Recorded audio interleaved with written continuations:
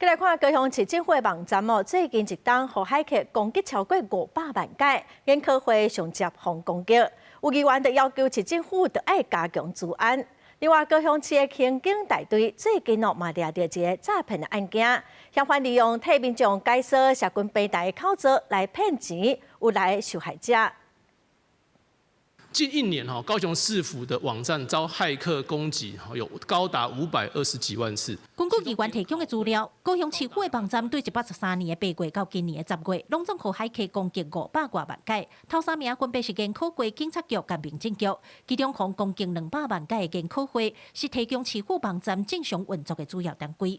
正做骇客攻击的主要目标，议员提醒。 资料外泄，都可能会正做诈骗集团拐钱的工具。议员强调，尤其在违法造成每年高雄治安危害的钱减少5000多万，市府一定要提早想办法来对应。内网如果失守的话，我们的警民各资、监视器影像、户役证、选务、邻里资料、灾防协调，或者是 重要的政府机密档案都有可能被攻破。还有，我们也要求各局处在办理活动的时候，不要再用府外或者是外面公关公司的网站，因为这个会有后续维护跟治安的风险。 市府强调，这几年已经陆续把无必要的网站拢汰洗掉啊，后续也会加强治安规划。另外，高雄警方也侦破一件较少看的诈骗手路。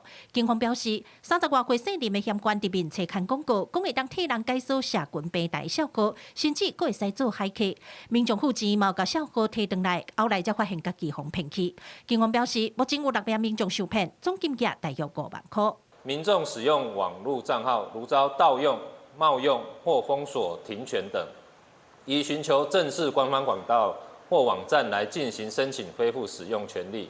警方提醒民众，当着网络效号出问题，要找官方提供的管道去处理，千万唔通网络黑白找人斗3工。民众若是接到奇怪信息通知，家己无法度确认，一定要先卡165去查证，避免受骗。记者柯家如郭昭阳、高永昌报道。